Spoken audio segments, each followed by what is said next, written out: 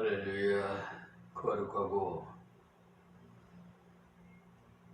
참되신 우리 주님의 사랑과 은혜 가운데 오늘도 수요 예배 이 귀한 시간을 통해서 사무엘하 강의 설교로 여러분에게 증거하게 해주신 하나님께 모든 영광을 돌립니다. 지난주 수요일에 말씀에 이어서 오늘도 사무엘하 20장 7절의 말씀부터 은혜 받겠습니다.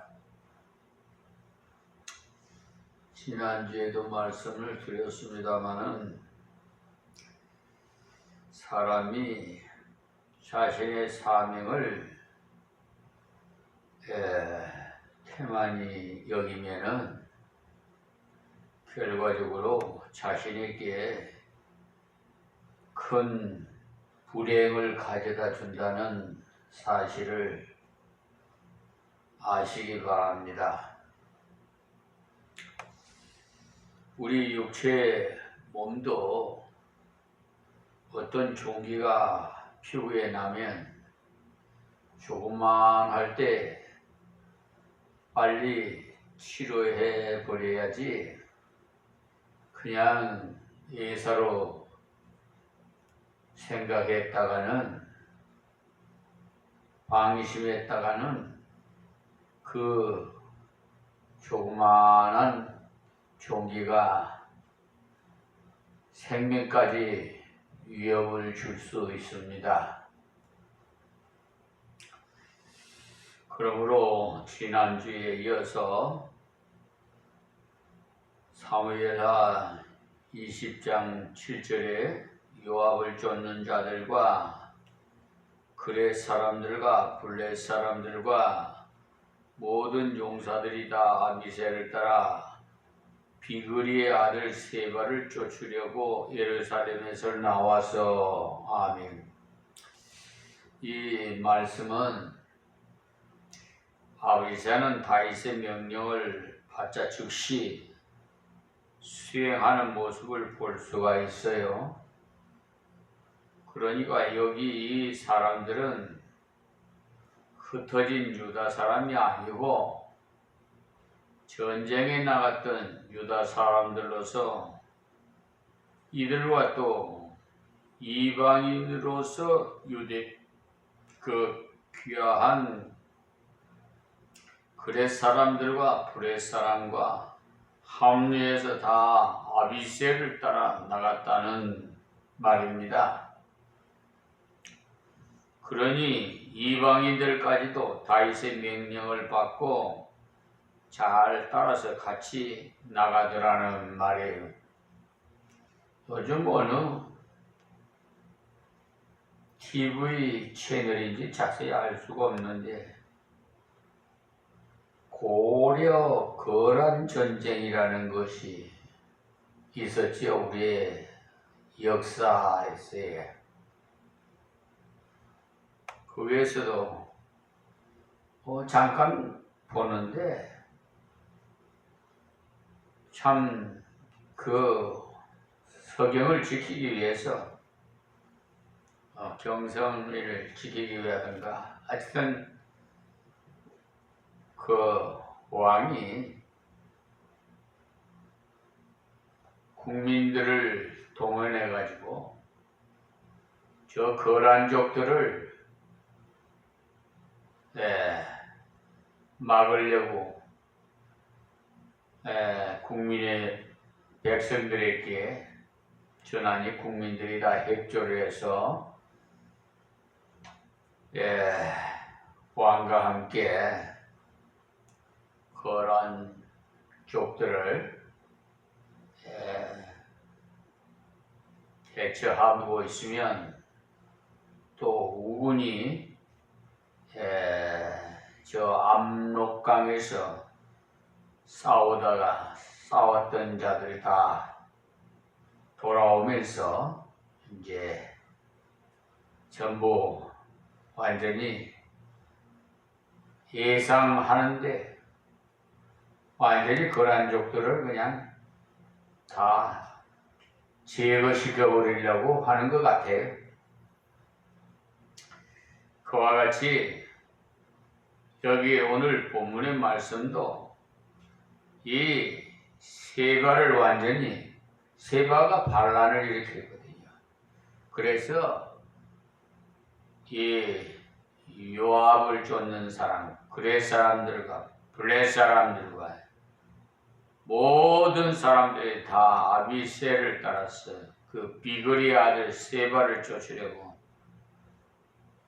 예루살렘으로 나왔다고 했잖아요.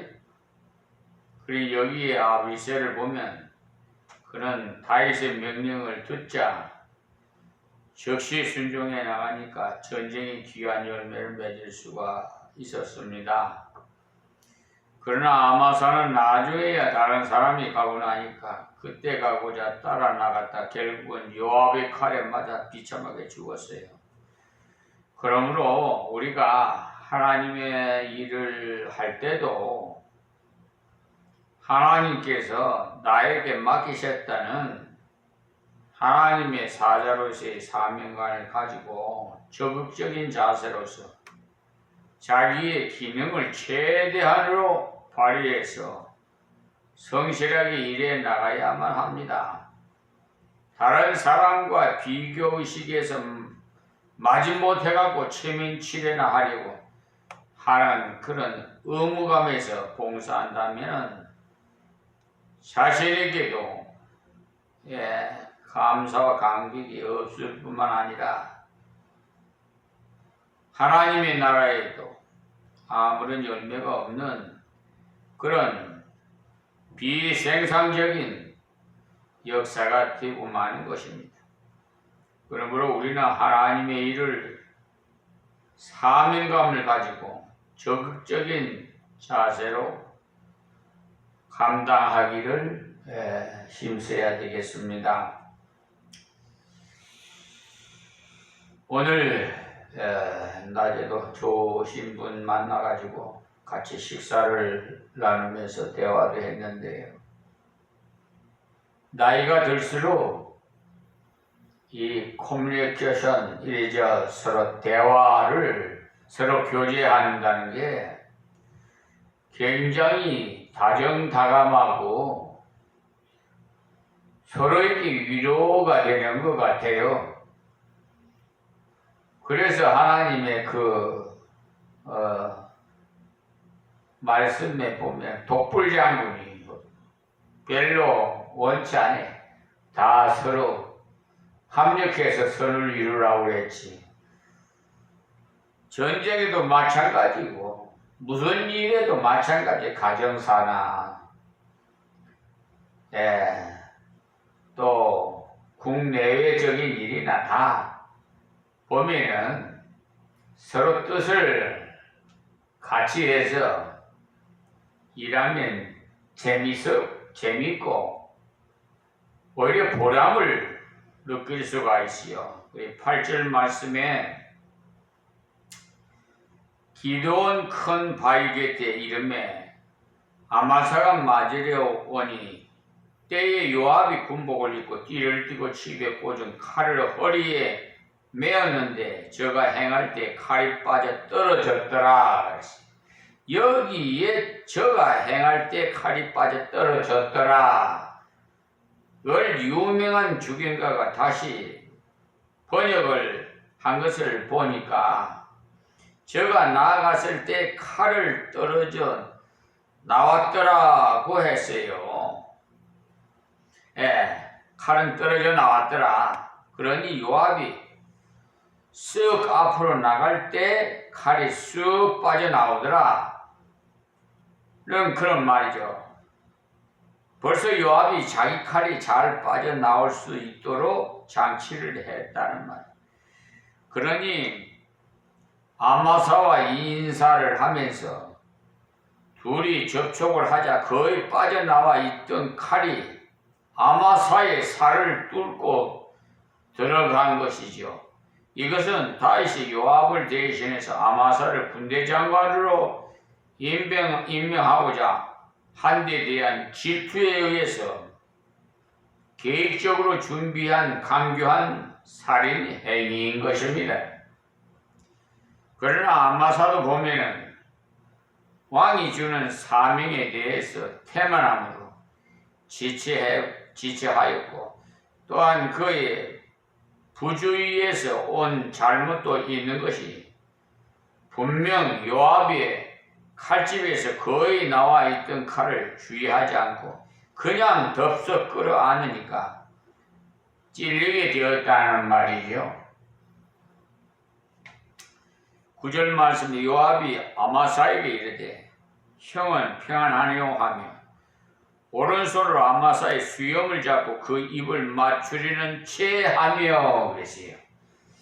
그러니까 여기에 요압의 그 살인 행위가 악질인 것이 정정당당한 대결이 아니라 인사하는 척 하고 찔렀다는 거예요.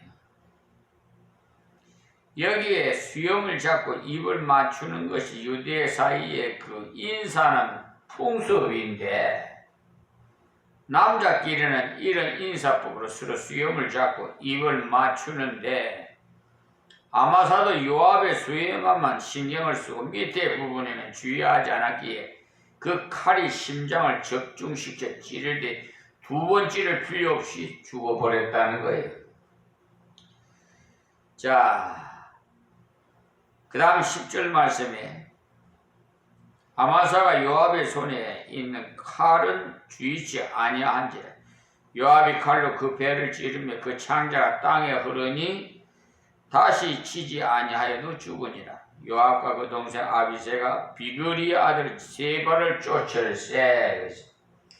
그러니까 요압이 아마사를 죽이는 모습이 가룟 유다의 그러니까 예수님을 잡고자 다가와 입맞춤을 할 때 그런 강교한 모습을 연상케 합니다.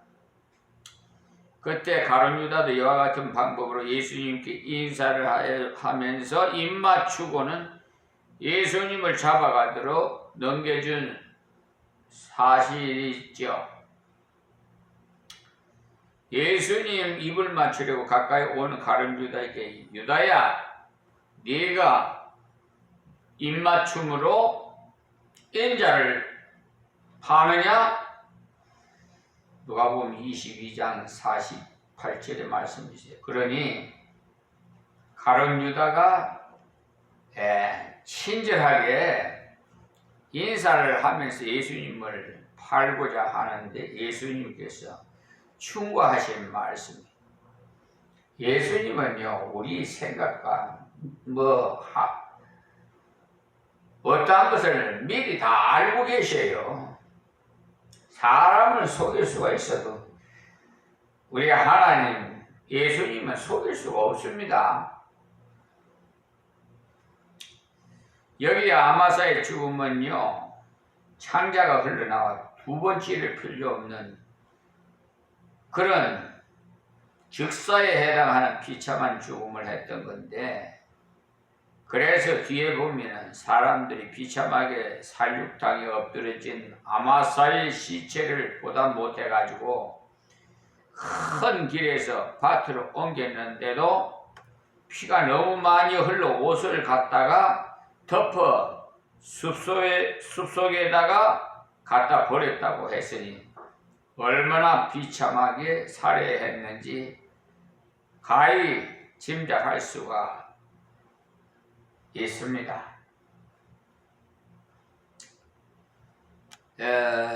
그러니 아마사는 하나님께서 왕 주시는 사명, 일을 잘 감당하지 않음으로 인해서 결국은 자신도 실패하고 또한 하나님의 역사에도 동참하지 못했던 것입니다. 우리는 언제나 기회가 주어졌을 때 일을 해야만 합니다. 사명을 주실 때 역사해야 하는 거예요. 그러므로 시간이 지나버리면은 우리에게는 기회가 없어요. 항상 기회가 오는 거 아닙니다. 여러분이 세상을 살아 연세가 많으신 분들 노하우가 있을 거예요. 뭐 어떤 분들은 기회가 일생에 2번은 온다는 말도 제가 들었습니다만 글쎄요, 저는 그런 체험을 못 해가지고 그 말이 100% 맞다 이렇게는 말을 못 하겠습니다. 어쨌든 사명감을 가지고 어떠한 주어진 일에 좀 힘써야 될 것 같아요. 그래 자신에게도 유익하고요.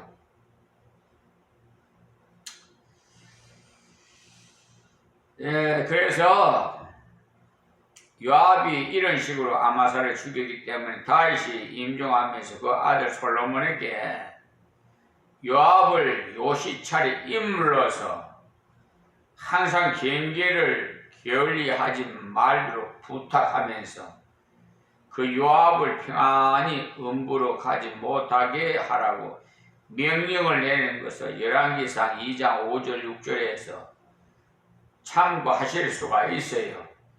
그러니까 솔로몬한테 잘 당부를 했죠. 요압 조심해라. 너 경계를 좀 하고 방심하지 말아라. 그 정도로 주의를 줬겠지요.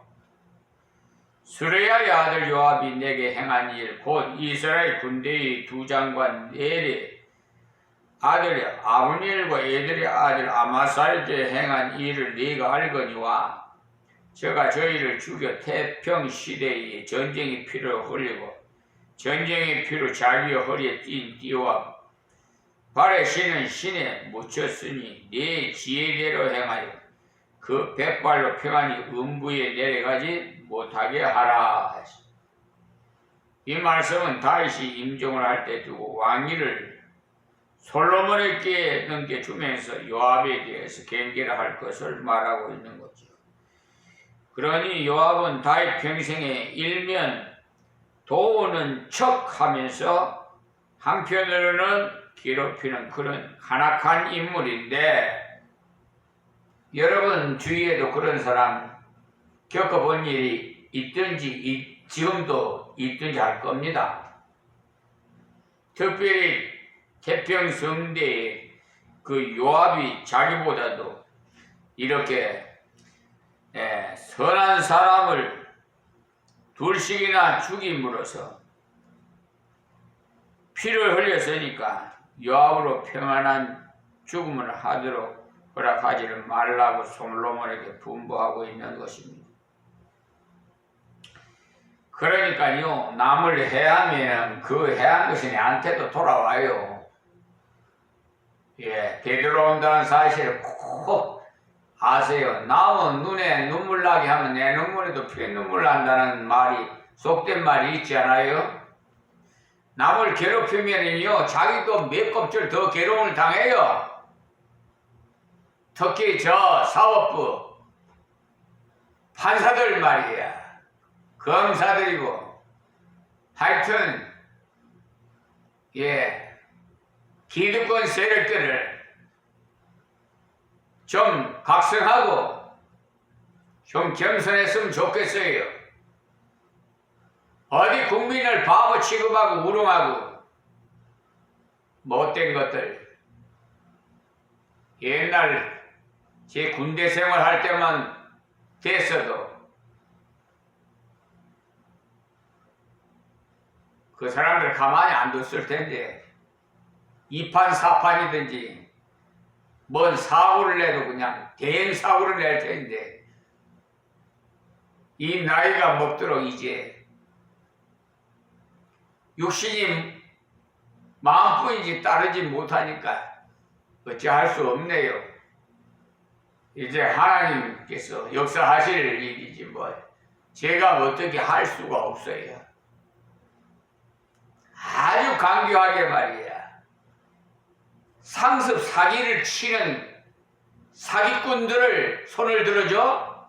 이 나쁜 놈의 자식들. 하여튼 하나님의 세상과 천벌을 받아서 대대로 그 저주가 임말는지 몰라요. 나도 하나님이 하시는 일이니까 모르겠습니다만, 어쨌든 우리는 음부는 지옥이 아니라 죽음을 의미하는 것으로서 적당한 시기를 잡아서 처형하도록 하라는 말이에요.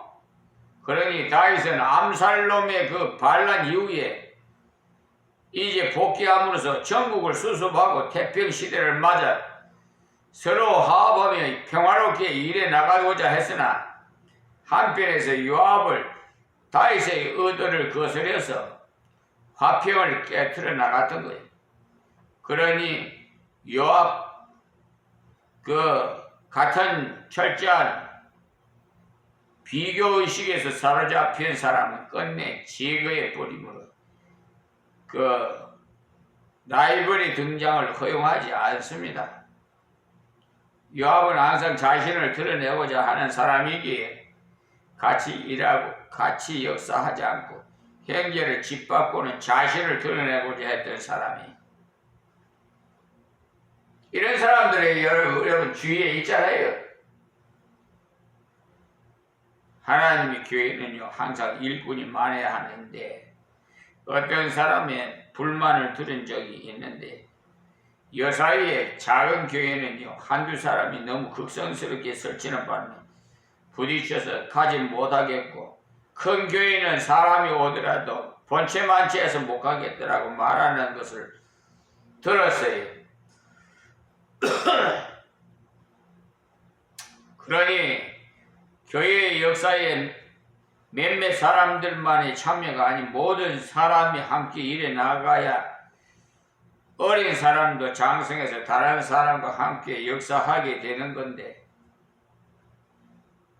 그래서 기뻐하며 서로 함께 하나님 앞에서 역사해야 하는 것입니다. 여기 다윗은 요압을 대신해서 아마사에게 군대장관을 주더라도 요압은 원망 없이 계급에 높고 낮음을 관계없이 묵묵히 충성해 나가면 결국 때가 되면 그 자리에서 그냥 두지 않고 높여주게 되는 것인데, 여기 아마사에게 요압이 형은 평안하려고 말하는 것을 보면 아마사의 나이가 요압보다 많은 게 틀림없습니다. 그러니까 밑에서도 성실히 일해 나가면 때가 될 때 요압은 군대장관이 될 수 있는데도, 요압은 자기 대신 군대장관이 될 아마사를 이렇게 숙청해야 자신이 군대장관을 할 수 있다고 해서 살해하고 말한 거예요. 물론 요압이 결국에 가서는 군대장관이 되었습니다만, 다윗은 마음으로 그를 기뻐하지 않는 것입니다. 항상 요압에 대한 주의와 경계심이 죽는 날까지 잠재해 있었던 사실을 알 수가 있습니다. 우리가 하나님의 자녀들이 하나님의 일을 할 때 말입니다. 우리와 같이 일하던 형제가 신앙이 진보해서 더 크게 역사할 수 있는 자리로 올라가는 것을 같이 기뻐해 주어야 합니다. 그러면서 자신도 신앙을 따라서 그 형제와 같이 역사할 수 있도록 노력해야 하는 것입니다.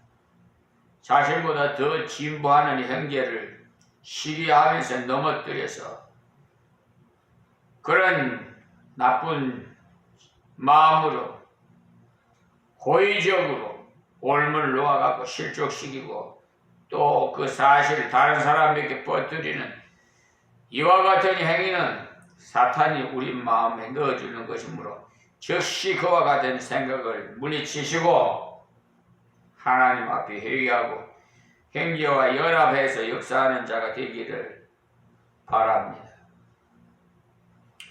여기에 요압이 아마사를 죽이고 그의 실권을 회복하고자 했기 때문에 뒤에 가가지고 일은 해결이 되었습니다만 아마사의 초상을 치르게 되는 큰 비극을 가져오게 됩니다. 그러므로 우리는 하나님의 일을 할 때 하나님의 뜻대로 하지 않으면 일은 해결이 되겠습니다만 거기에 기쁨과 감사가 없는 이와 같은 슬픈 일이 생기게 됩니다.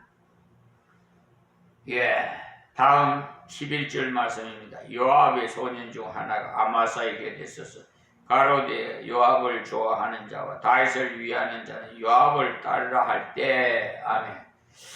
그러니까 이 말씀은 무슨 말인고 하면 이때 아마사는 뒤늦게 군사를 옮겨서 모집도 하지 못하고 늦게 왔기에 한 무리는 지금 가고 있는 겁니다. 그러니까 아마사를 따라간 사람도 제법 있었는데 쭉 따라가는 도중에 다시 다윗의 명을 받고 출동한 그 요압과 마주쳐서 그의 계획적인 살인에 걸려들어 입을 맞추고는 죽었다 이 말입니다.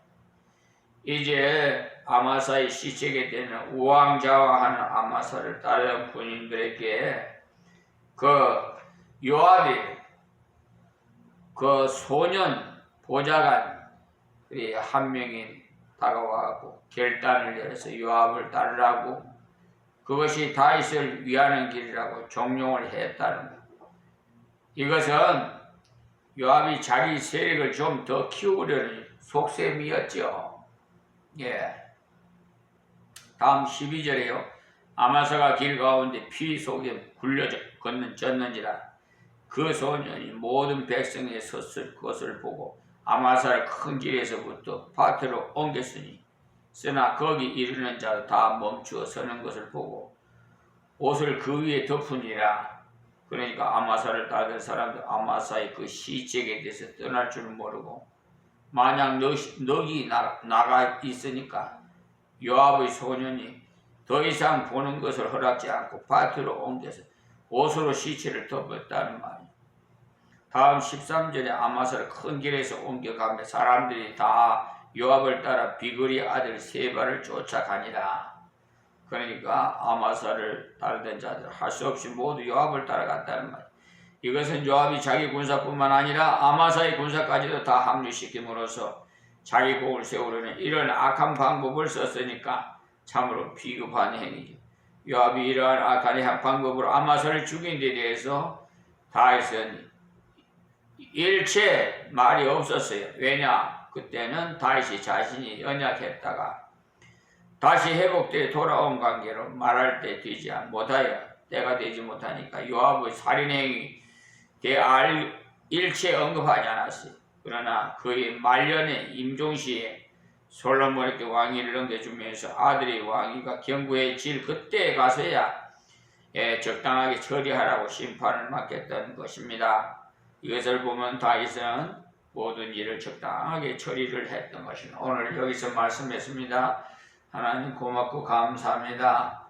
주신 말씀 귀 있는 자는 다 듣게 하옵시고 아버지여 이방인들은 더욱 굳건한 믿음 위에 서게 하옵시고 이방인들은 다 예수 앞으로 나와 회개하고 천국 시민 되게 하여 주시옵소서. 우리 모두 합력해 선을 이룰 수 있도록 아버지 역사하시옵소서. 예수님의 이름으로 기도합니다. 아멘.